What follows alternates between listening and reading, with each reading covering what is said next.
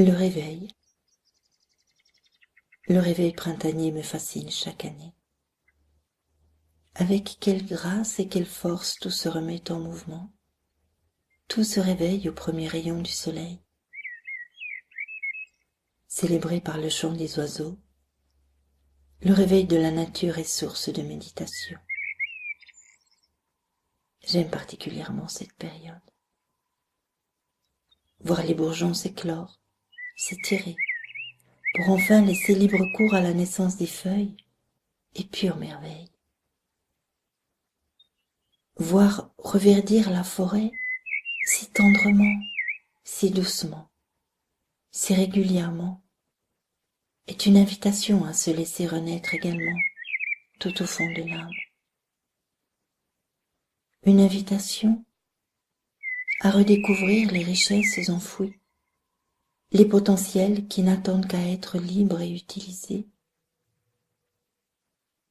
Une invitation à s'arrêter un instant sur le réveil de notre âme, sur le réveil de notre cœur, qui s'est peut-être un peu assoupi, qui s'est peut-être un peu retiré, recroquevillé, pour se protéger des tempêtes émotionnelles, des conflits ou des peurs, des frimas de l'hiver intérieur. Qu'y a-t-il de plus salutaire qu'une pause, qu'un sommeil bien mérité pour ensuite pouvoir se réveiller serein, ragaillardi et plein d'entrain? Ce qui était vrai hier ne l'est plus forcément aujourd'hui. Et c'est le cas des broutilles qui ferment le cœur et l'esprit. Plus vite elles sont oubliées, plus vite il y a de la place pour un renouveau. Comme nous nous étirons le matin après une bonne nuit de sommeil, pour remettre tout en mouvement en douceur, le cœur a lui aussi sa manière de s'étirer, de s'éclore, pour laisser ensuite libre cours à l'amour. Le réveil de la nature est somme toute un clin d'œil au réveil du cœur.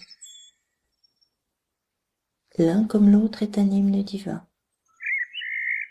L'un comme l'autre, ému par cette force d'amour divin. Comment ne pas se laisser toucher par lui? Comment ne pas succomber à son invitation? Ne pas se laisser entraîner dans cette danse cosmique? Combien de temps, oui. Combien de temps l'homme fera-t-il encore comme s'il n'était pas uni à ce mouvement d'amour?